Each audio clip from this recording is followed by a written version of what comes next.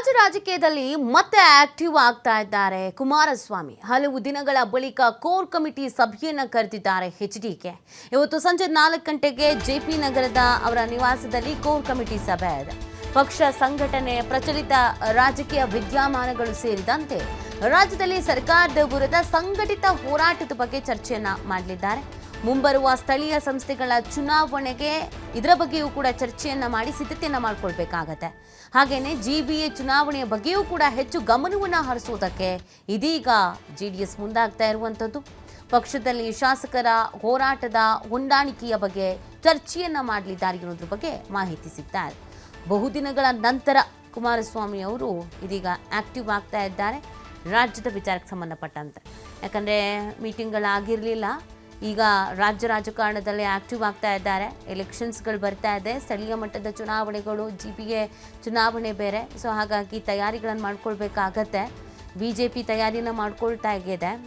ಮೈತ್ರಿ ಆಗಿದ್ರೂ ಕೂಡ ಒಂದಷ್ಟು ವಿಚಾರದಲ್ಲಿ ಹೊಂದಾಣಿಕೆ ಅನ್ನೋದು ಇಲ್ಲ. ಹಾಗೆ ಬಿಡ್ಲಿಕ್ಕೆ ಸಾಧ್ಯ ಇಲ್ಲ. ಚರ್ಚೆಗಳಾಗಬೇಕಾಗತ್ತೆ. ಸಾಕಷ್ಟು ಅಸಮಾಧಾನಗಳಿಗಿದೆ, ಒಂದಷ್ಟು ಭಿನ್ನಾಭಿಪ್ರಾಯಗಳಿಗಿದೆ, ಪಕ್ಷ ಸಂಘಟನೆ ಕುಂಠಿತವಾಗ್ತಾ ಇದೆ.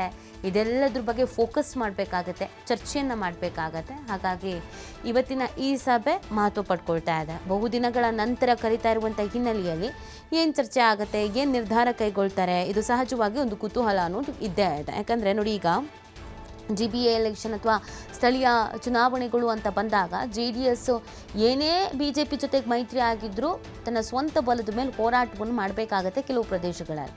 ಹಾಗೆಯೇ ತನ್ನ ಅಸ್ತಿತ್ವವನ್ನು ಕಾಪಾಡ್ಕೊಳ್ಬೇಕಾಗತ್ತೆ, ತನ್ನ ವರ್ಚಸ್ಸನ್ನು ಕಾಪಾಡ್ಕೊಳ್ಬೇಕಾಗತ್ತೆ.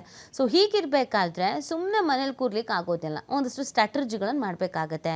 ಈಗಾಗಲೇ ಕೆಲವರಿಗೆ ಅಸಮಾಧಾನ ಇದೆ. JDSನ ಶಾಸಕರುಗಳು ಸೈಲೆಂಟ್ ಆಗಿಬಿಟ್ಟಿದ್ದಾರೆ, ಎಲ್ಲಿದ್ದಾರೆ ನಾಯಕರುಗಳು ಅನ್ನೋದು ಕೆಲವ್ರು ಗೊತ್ತೇ ಇಲ್ಲ, ಕಾಣೆ ಆಗಿಬಿಟ್ಟಿದ್ದಾರೆ. ಕೆಲವರು ಮಾತಾಡ್ತಾ ಇಲ್ಲ, ಕೆಲವರು JDSನಿಂದ ಅಂತರ ಕಾಯ್ದುಕೊಂಡಿದ್ದಾರೆ. ಈಗ ಮತ್ತೆ ಎಲ್ಲರನ್ನು ಬಡಿದೆಬ್ಬಿಸಬೇಕು, ಚುರುಕು ಆಗಬೇಕು. ಹಾಗಾಗಿ ಈ ಒಂದು ಮೀಟಿಂಗ್ ಅಂತ ಹೇಳ್ತಾ ಇದ್ದಾರೆ. ಈ ಕೋರ್ ಕಮಿಟಿ ಸಭೆಯಲ್ಲಿ ಏನು ನಿರ್ಧಾರ ಮಾಡ್ತಾರೆ ಅನ್ನೋದನ್ನು ಕಾದು ನೋಡಬೇಕಿದೆ.